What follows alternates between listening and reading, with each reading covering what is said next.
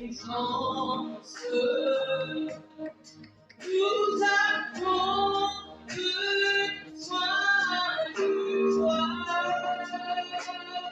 Jésus, ce lieu de ta présence. Nous avons besoin de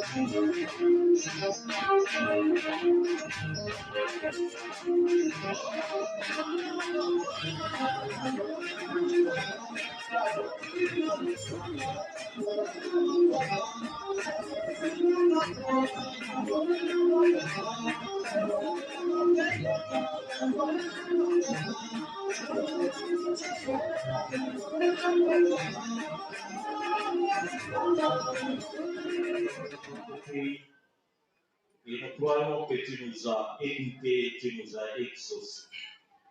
Maintenant, nous voulons t'accorder cet enseignement pour que tu nous parles.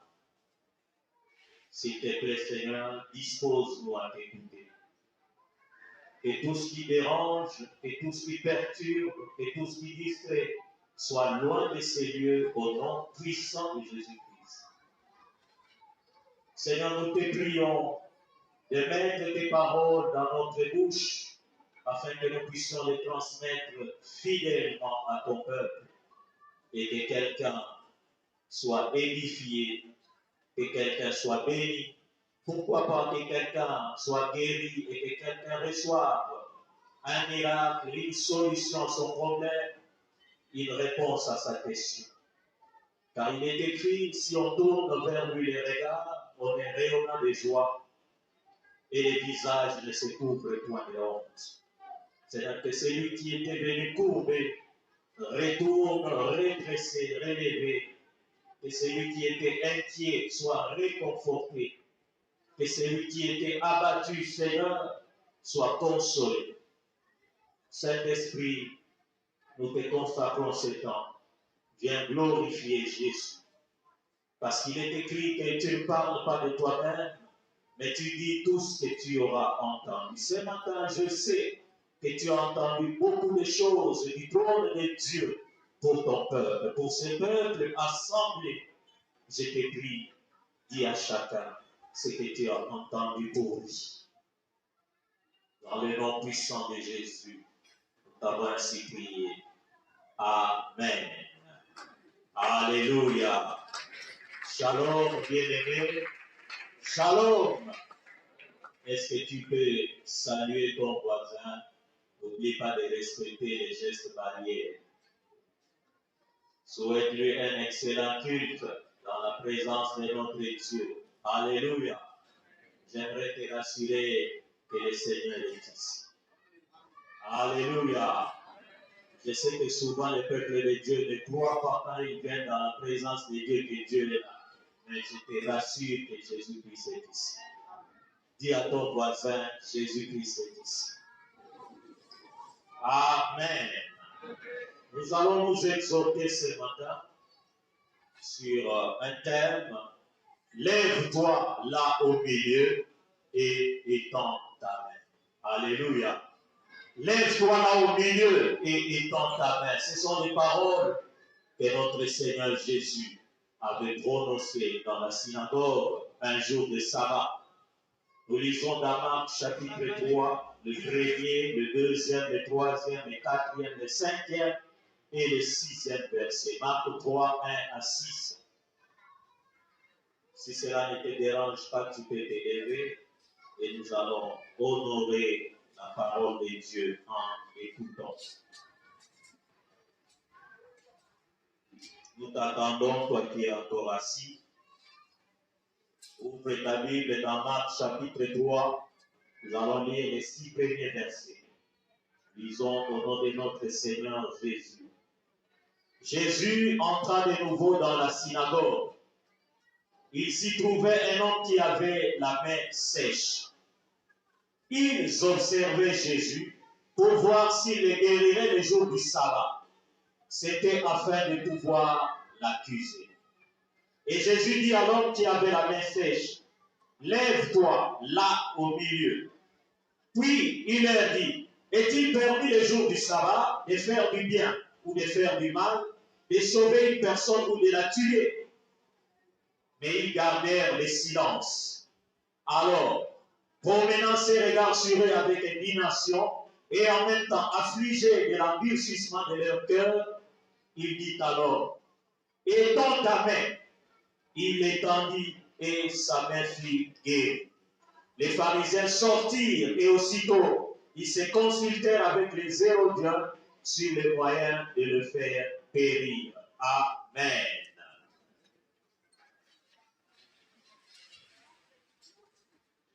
Amen.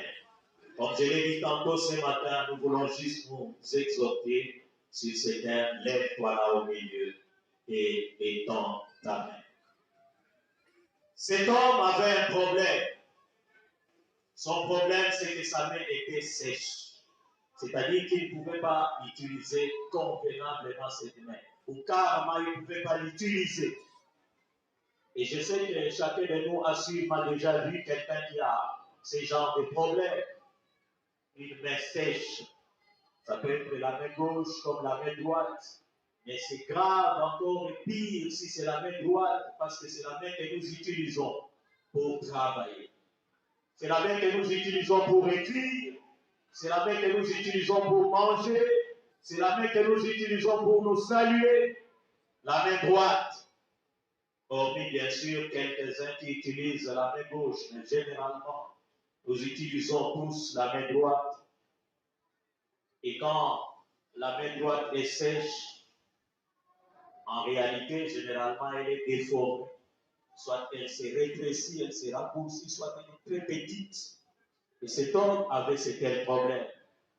La Bible ne nous dit pas combien de temps il a vécu avec ces problèmes, combien de temps il a souffert de cette infirmité. Je ne sais pas, mais je pense que c'était depuis sa naissance qu'il avait ces problèmes.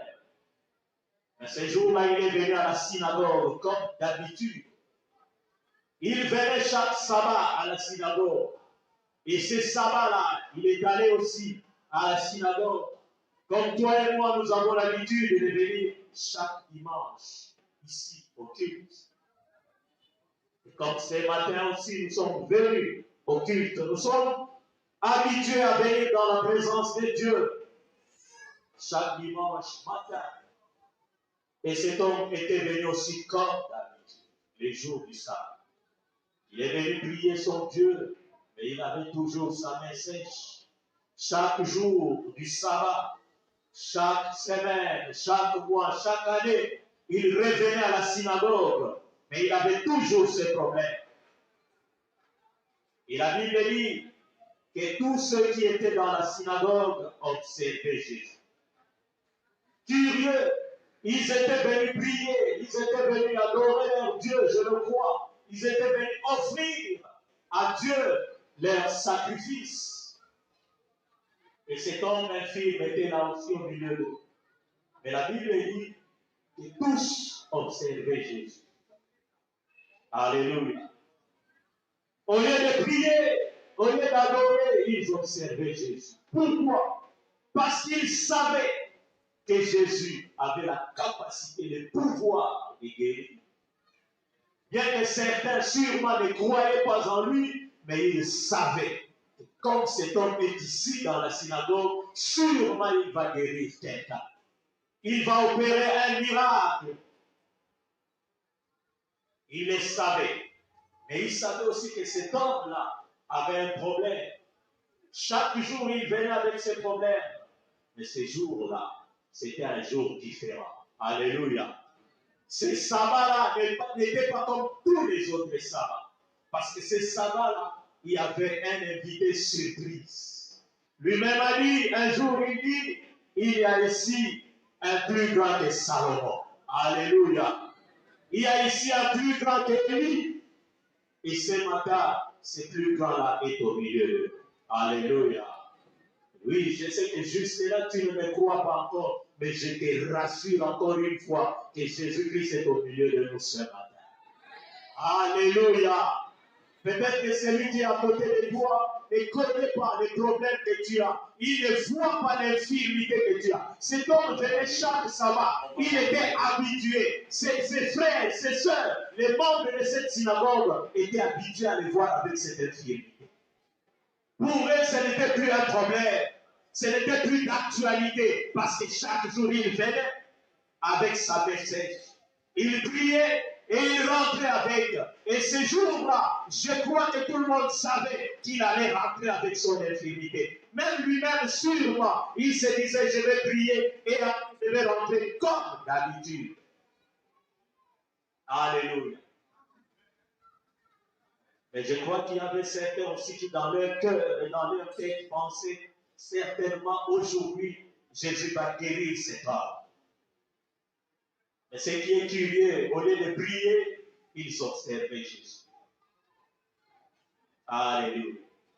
Est-ce qu'il va les guérir? À quel moment exactement il va les guérir? Comme le disait le pasteur la fois passée, il y a des gens qui viennent à l'église. Ils ont même des problèmes graves, sérieux. Mais pendant que l'on adore, ils sont là, observateurs. Pendant qu'on loue, ils sont là. Pendant qu'on danse, ils sont là. Pendant qu'on intercède, même quand on dit lèvons-nous tous, nous allons prier pour notre pays, ce n'est pas son problème. Il est au Congo, mais il n'est pas congolais. Tout ce qui se passe au Congo, ce n'est pas son problème. C'est le problème de ceux qui veulent prier. Italie, ils boutent. Ça n'a pas commencé aujourd'hui. Déjà, à l'époque de Jésus dans la synagogue, ça existe. Il y a des gens qui viennent à l'église pour contempler les habits, l'habillement des autres. Il y en a qui viennent à l'église pour envier, convoiter les autres. Non, je parle à la bonne parce que là-bas, il y a des belles, des jolies sœurs. Je parle à la bonne parce que là-bas, il y a des cadres. Ils viennent en voiture. Alléluia. Et après 2 heures du temps passé dans ces temples, ils retournent comme ils sont venus.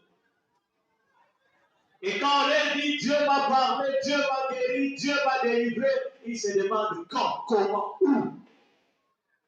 Et une fois même, j'ai été surpris et j'étais irrité d'apprendre, de comprendre que même quand Papa Jonas a dit tous les communiqués là, si je pose la question, certains diront non, allons va quitter. Je ne sais pas. Tu étais où? Moi, j'étais à l'église. Bon, quand on lisait les communiqués, qui a lu les communiqués? C'est Papa Jonas. Bon, quand il lisait les communiqués, tu étais où? J'étais là. Mais comment tu n'as pas entendu ce qu'il a dit? Et j'ai posé une question. Parce que j'ai dit, bon, ceux qui m'ont tourné là, d'ailleurs, Papa Jonas a tant de communiqués. Alléluia. On a lu tous les communiqués de la semaine. Mais vous venez les gens qui disent non, je ne savais pas. Ou tu ne savais pas, tu étais dimanche au culte, oui. Mais tu ne savais pas comment. Alléluia. Ce jour-là, Jésus était là. Comme ce matin, il est là. Mais au lieu de prier, de profiter de la présence de Jésus, ils observent. Alléluia. Et je crois que s'ils avaient des téléphones ce jour-là, comme nous aujourd'hui, ils allaient s'apprêter pour filmer, pour photographier total des Garoussales. Et surtout qu'il y a une chaîne de télévision qui apparemment donne de l'argent quand vous envoyez des images comme ça, filmées. Comme ça, je vais envoyer, on va me donner l'argent.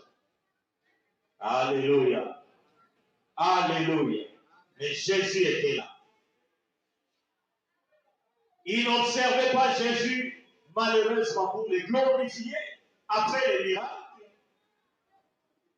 Mais, comme ils étaient très mal intentionnés, ils attendaient que Jésus guérisse cet homme pour avoir une occasion de l'accuser. Alléluia. Alléluia. Dans la synagogue, ils viennent prier, mais en même temps, ils ont l'intention de causer du tort aux autres.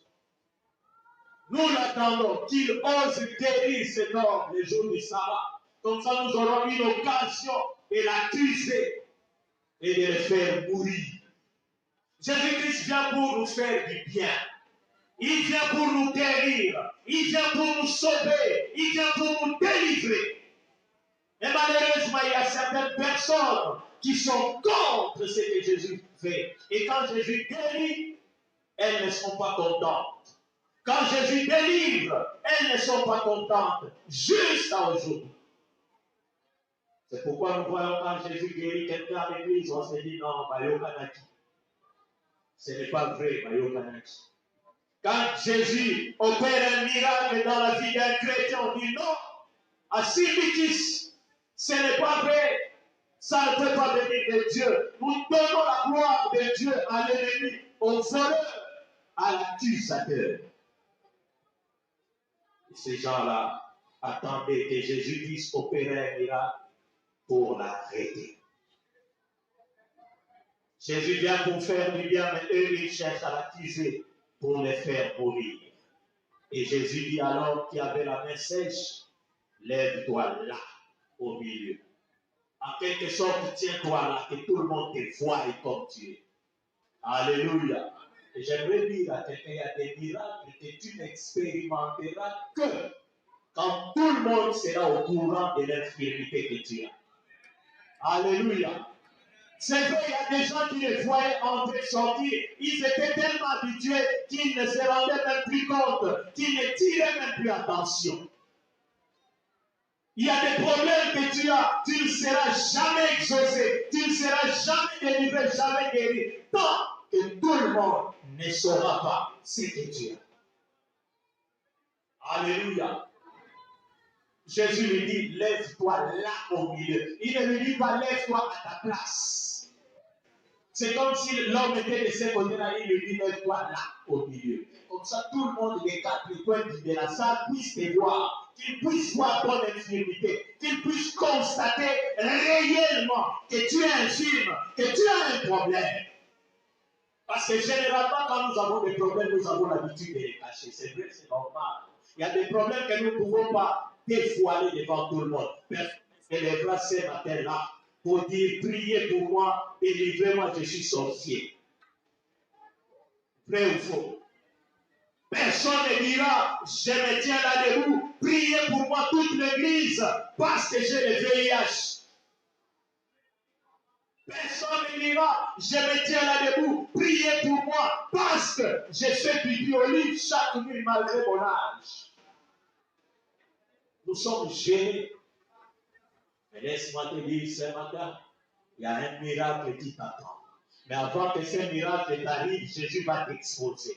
Pas pour te faire honte, pas pour t'humilier, mais pour que la gloire soit rendue à Dieu. Jésus veut qu'il y ait beaucoup de témoins, une nuée de témoins qui vont assister et attester ce miracle qu'il va accomplir. Alléluia. Alléluia. Il dit, lève-toi là au milieu. Que les gens voient très bien ce que tu as et qu'ils constatent ce que je vais faire, qu'ils soient convaincus et qu'ils les confient. Comme ça, ceux qui désirent m'accuser, qu'ils aient l'occasion de m'accuser pour me faire mourir. Jésus n'avait pas peur de mourir parce qu'il savait que c'était pour ça qu'il était venu. Alléluia. Même ceux qui n'en avaient pas l'intention, qu'ils voient maintenant. Je ne viens pas le faire en secret, ni en cachette. Je vais le faire en public. Lève-toi là au milieu. Alléluia. Ils pensaient dans leur cœur comment trouver un moyen de l'accuser s'ils guérissaient cet homme le jour du sabbat. Et comme Jésus connaissait leurs pensées, il dit à la personne, lève-toi là au milieu. Pour que tout le monde puisse te voir. Alors, Jésus leur pose la question. Est-il permis le jour du sabbat de faire du bien ou de faire du mal? De sauver une personne ou de la tuer? Alléluia. Une question simple. Dans la présence de Dieu, comme c'est dimanche, mon frère, ma soeur, est-ce qu'il est permis à Dieu de faire du bien ou de faire du mal? Est-ce qu'il est permis à Dieu de sauver ou de tuer une personne? Parce que Jésus était venu pour faire le bien. Et jusqu'à ce jour, il continue à faire le bien. Il a dit, mon Père agit jusqu'à présent, moi aussi j'agis. Alléluia. Maintenant, ce matin, mon Père agit toujours, moi aussi j'agis. Alléluia. Il est venu pour sauver, mais eux, ils voulaient les tuer. Dans la présence de Dieu, Jésus a promené ses regards sur eux avec indignation et en même temps affligé par l'endurcissement de leur cœur. Des fois, Jésus est affligé par l'endurcissement de notre cœur, de nos cœurs. Il parle, nous écoutons, mais nous continuons à nous endurcir. Il insiste pour nous faire comprendre que la solution à nos problèmes se trouve en lui et en lui seul. Il donne même des stratégies, mais nous continuons à nous endurcir. Nous venons dans sa présence. Il nous parle, mais nous continuons à nous endurcir. Et parce que nous sommes endurcis, même s'il crie, nous n'allons pas entendre. Voilà pourquoi souvent les enfants de Dieu n'entendent pas la voix de Dieu. Parce que leur cœur est actif. Jésus-Christ frappe un grand coup devant la porte du cœur de chacun de nous. Chaque fois qu'il passe à côté de nous. Mais nous sommes actifs. Alors la Bible dit, sans la foi, nul ne peut lui être agréable. Hébreux 11:6. Alléluia. Sans la foi, nul ne peut lui être agréable. Et malgré cela, parce qu'il avait une mission accomplie dans la vie de cet homme, il a passé outre l'endurcissement, l'incrédulité, la méchanceté des autres. Il dit alors, étends ta main. Alléluia. Et la Bible dit, il étendit sa main et sa main fut guérie. Alléluia. Et moi je me dis, quand Jésus a posé cette question, est-il permis de faire du bien ou du mal les jours de sabbat? Je suis convaincu que ces gens étaient accusés par leur conscience. Et ils ont gardé silence. Parce qu'ils se sont retrouvés. Il y avait deux camps. Il y avait le camp de ceux qui désiraient voir le bien et le camp de ceux qui désiraient faire le mal. Les camps de sauver et les camps de tuer. Sûrement dans leur conscience, ils se sont retrouvés dans l'autre camp. Les camps de faire du mal et les camps de tuer. C'est pourquoi ils ont gardé silence. Ils n'ont rien dit. Et Jésus a saisi l'occasion, il a dit, étends ta main. Et la Bible nous dit, il l'étendit et sa main fut guérie. Instantanément, il a étendu sa main et sa main a été guérie. Et bien sûr, comme les pharisiens étaient venus avec de très mauvaises intentions, dès qu'ils ont vu la guérison, dès qu'ils ont vu le miracle, au lieu de rester là et de glorifier Dieu, la Bible dit au verset 6, les pharisiens sortirent. Et aussitôt, ils se consultèrent avec les Hérodiens sur le moyen de le faire périr. Il a accompli un miracle. Comme eux, ils avaient besoin d'un témoignage, d'une preuve pour l'accuser. Ils se sont dit, c'est fini, nous l'avons maintenant. Et ils sont sortis, ils sont partis.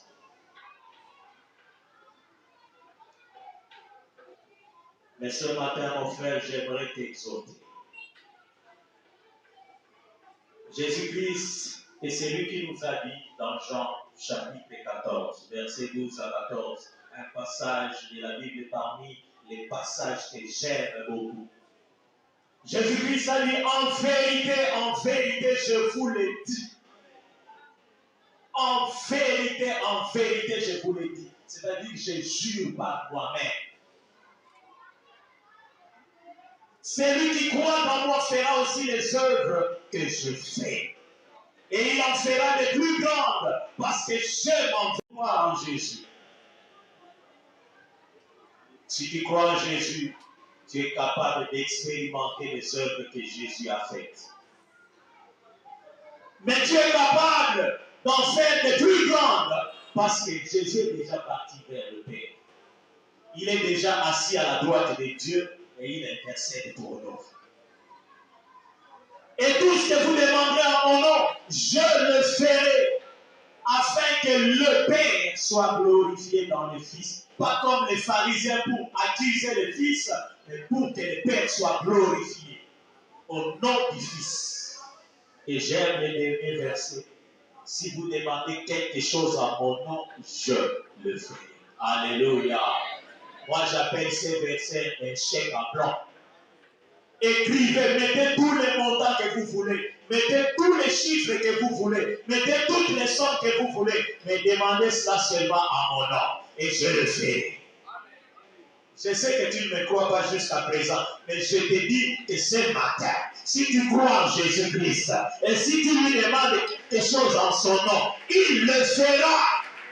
Quelle que soit la chose que tu vas demander, ne te pose pas de questions. Ça ne dépend pas de toi. Ça ne dépend pas de celui qui parle devant toi, mais ça dépend de celui qui a fait la promesse. Il a dit, si vous demandez quelque chose, j'aimerais que tu mettes un nom à la place de quelque chose. Si vous demandez la santé à mon nom, je le ferai. Si vous demandez le travail à mon nom, je le ferai. Si vous demandez le mariage à mon nom, je le ferai. Si vous demandez la délivrance à mon nom, je le ferai. Si vous demandez l'argent à mon nom, je le ferai. Si vous demandez la résurrection à mon nom, je le ferai. Alléluia. Tout ce que vous demanderez à mon nom, je le ferai. Et nous voulons voir et faire les œuvres du Seigneur Jésus-Christ. De la même façon qu'il a guéri cet homme dans la Bible, il est capable de guérir quelqu'un ce matin. Je regrette parce que tu ne me crois pas, mais je sais qu'il est en train de guérir quelqu'un ce matin. Quand tu pries, tu as l'habitude de dire, Jésus-Christ est le même hier, aujourd'hui et éternellement. Hier, il a guéri cet homme, aujourd'hui, il va te guérir. Hier, il a délivré cet homme, aujourd'hui, il va te délivrer. Tu as aussi l'habitude de chanter, Jésus-Christ ne change pas. Jésus ne change pas, Jésus ne change pas.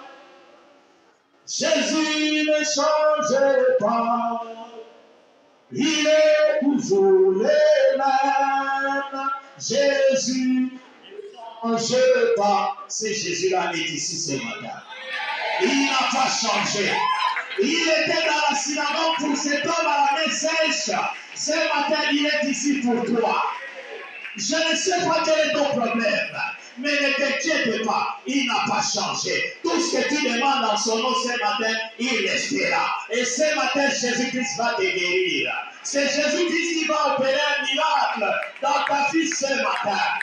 Même si l'ennemi et ses acolytes ne sont pas d'accord, ce n'est pas ton problème. Jésus-Christ ce matin va te faire lever au milieu de cette assemblée et il va te guérir parce qu'il n'a pas changé.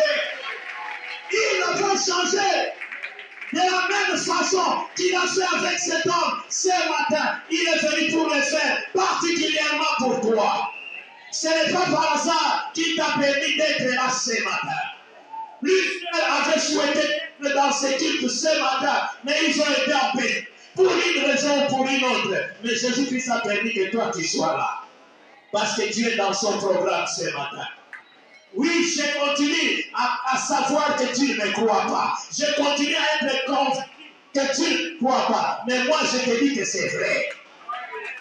Il ne t'a pas invité par hasard, ni pour rien. Il ne fait rien au hasard. David a dit, dans ton livre, ça était inscrit tous les jours qui m'étaient destinés avant qu'aucun d'eux n'existe. Et je te dis que ce jour, dans le livre saint du Créateur, était inscrit. Et dans son livre, il était inscrit que tu serais au premier culte. Dans son livre, il était inscrit que tu serais assis là où tu es assis, à côté de cette personne qui est à côté de toi, à ta gauche, à ta droite. Dans son livre, ça, il était inscrit que ce matin, il allait te faire lever là au milieu et tu allais accomplir un miracle. Alors que chaque dimanche, chaque mercredi, chaque vendredi, tu viens dans sa présence et rien ne se passe comme cet homme qui venait chaque sabbat dans la présence de Dieu, dans la synagogue. Mais ce sabbat-là, il y avait un invité particulier. Ce sabbat-là, il y avait un homme qui n'était pas comme tout homme. Ce sabbat-là, il y avait un homme qui s'appelle le maître des temps et des circonstances. Il y avait un homme qui a la possibilité, la capacité de changer la situation de ta vie. Il y avait un homme qui a la capacité de changer ta maladie en bonne santé. Il y avait un homme qui a la capacité de changer même ta mort à la résurrection. Il y avait un homme qui a la capacité de changer ton échec en réussite. Il y avait un homme qui a la capacité de changer ton chômage en travail. Il y a un homme qui a la capacité de changer ton célibat prolongé en mariage. Il y a un homme qui a la capacité de changer ta sérénité en fécondité. Et cet homme est présent ce matin. Je te suis qu'il est présent ce matin. Je te confirme qu'il est présent ce matin. Il a créé ces circonstances de ce matin. Il a créé ce temps de ce matin. Il t'a donné cette occasion parce qu'il est en train de faire quelque chose dans Tu ne le vois pas encore, tu ne le sais pas, tu ne le sens pas, mais il me dit de te dire qu'il a commencé quelque chose. Il a commencé. Il est en train de faire quelque chose ce matin. Parce qu'il a décidé de le faire. Et personne ne peut l'en empêcher. Quand il a décrété, personne ne peut abroger. Quand il a dit, personne ne peut annuler. Et quand il a écrit, personne ne peut effacer. Quand Pilate avait écrit sur la croix de Jésus, les Juifs sont venus réclamer pourquoi tu as écrit Jésus-Christ, le roi des Juifs. Écrit, cet homme a dit qu'il était le roi des Juifs. Pilate a dit, ce qui est écrit est écrit. Pilate, c'est un homme. Mais ce qui est écrit du roi de Dieu, qui peut l'effacer? Qui peut l'effacer? Qui peut l'effacer? Qui peut l'effacer? S'ils n'ont pas été capables d'effacer ce qu'un homme avait écrit, qui peut effacer ce que Dieu a écrit pour toi ce matin? Qui s'élève? Et moi je cesserai d'adorer ce Dieu-là. Je vais commencer à la. S'il est là ce matin qu'il s'élève, qu'il dise, moi je vais effacer ce que Dieu a écrit dans la vie de ces hommes. Comme ça, moi je vais arrêter. Je ne prêcherai plus ce Dieu, je vais commencer à prêcher cet homme-là. Alléluia. Il s'appelle l'ancien des jours. Il a existé avant que ce dimanche 26 juin existe. Il a fixé les temps pour le Fils de l'homme. Il a fixé les heures. Il a fixé les semaines, les jours, les mois, les années, les siècles, même les millénaires pour toi et moi. Mais lui, il est éternel. Avant le commencement de la terre, il était éternel. Maintenant, il est éternel. Après la fin de toutes choses, il restera éternel. C'est pourquoi il s'appelle l'Éternel des armées. Alléluia. Il est l'éternel. C'est lui qui fait ces choses. C'est lui qui les conçoit. C'est lui qui les exécute. Son nom, c'est l'éternel. Il n'a pas changé. Il n'a pas changé. Au nom de Jésus. Moi, je te confirme ce matin que c'est lui qui va faire ce qu'il a prévu ce matin dans ta vie. Je te le confirme, il va le faire. Que dis-je? Il est déjà en train de le faire. Au nom de Jésus. Au nom de Jésus. Au nom de Jésus. Il est déjà en train de le faire. Comme cet homme, tu as l'habitude d'entrer dans ces temps. Comme cet homme, tu as l'habitude de prier. Comme cet homme, tu as l'habitude d'offrir à Dieu. Comme cet homme, plusieurs frères et sœurs te connaissent dans ces temples. Dans cette église. Cet homme-là, même les responsables de la synagogue les connaissaient. Toi aussi, même les responsables de l'église te connaissent. Peut-être que nous avons déjà prié pour toi. Mais aujourd'hui, c'est ton jour. Aujourd'hui, c'est ton jour. Aujourd'hui, l'ancien des jours est là. Aujourd'hui, l'ancien des jours est présent. Il est venu pour toi. Oh, j'entends une femme qui dit,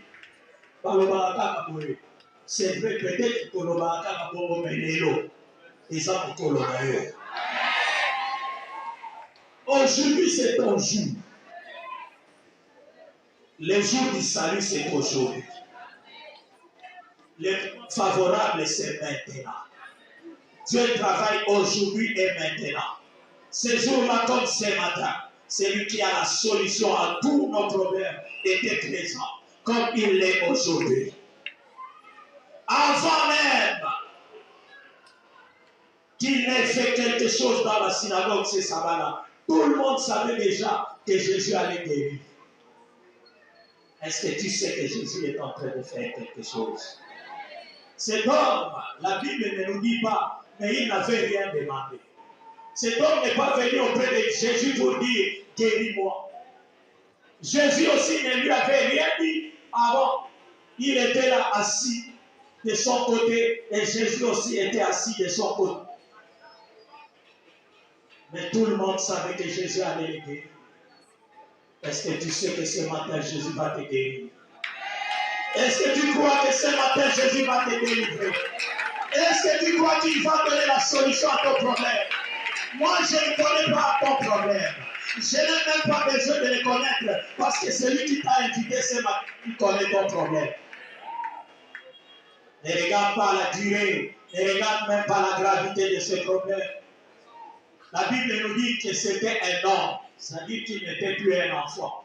Et s'il était né avec ce problème, c'est-à-dire que ça a duré. Il était devenu inutile dans la société, inutile, même dans sa famille, peut-être même inutile à la synagogue, parce qu'avec sa main sèche, quand on avait besoin d'arranger les chaises, lui ne pouvait rien faire. Alléluia. Depuis sa naissance, il avait ses problèmes. Je ne sais pas combien de personnes s'étaient moquées de lui et combien de fois on s'était moqué de lui, je ne sais pas. Combien de personnes l'avaient jugé et trouvé inutile, je ne sais pas. Même dans sa propre famille, sûrement on s'est moqué de lui, on le trouvait inutile. On ne pouvait même pas l'envoyer, il ne pouvait même pas rendre un service agréable à ses parents, à ses frères, à ses soeurs. Même à la synagogue, il était inutile. Mais ce jour-là, celui qui est capable de les ramasser dans la poussière et les faire asseoir parmi les grands était là. Celui qui est capable de les prendre dans la boue et de faire asseoir sur le trône était là. Il était présent comme ce matin. Celui qui est capable de changer la malédiction en bénédiction était là. Comme je l'ai dit, celui qui était capable de changer la maladie en bonne santé était là. Comme ce matin. Il était ici ce matin. Il était là. Il avait la solution pour tous ceux qui étaient présents. Mais malheureusement, les pharisiens, ils étaient très mal intentionnés et ils étaient incrédules. Leur cœur s'était endurci. Et ils ont raté cette occasion. Mais cet homme-là qui était disposé, il était là. Je crois que dans son cœur, il priait, il pleurait, disant, Seigneur, je suis inutile. S'il te plaît, fais quelque chose.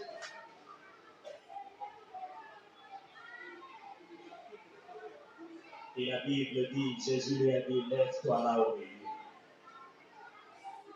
Et j'aimerais que quelqu'un se lève ce matin.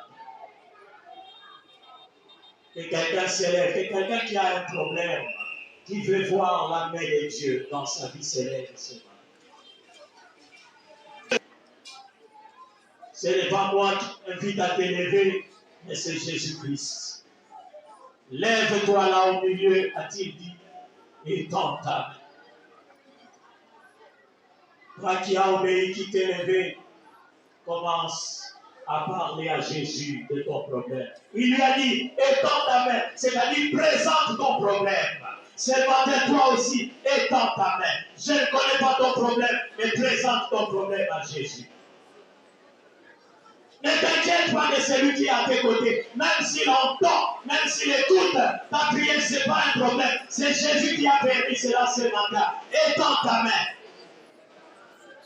Étends ta main. Parce que c'est de là que viendra ton miracle.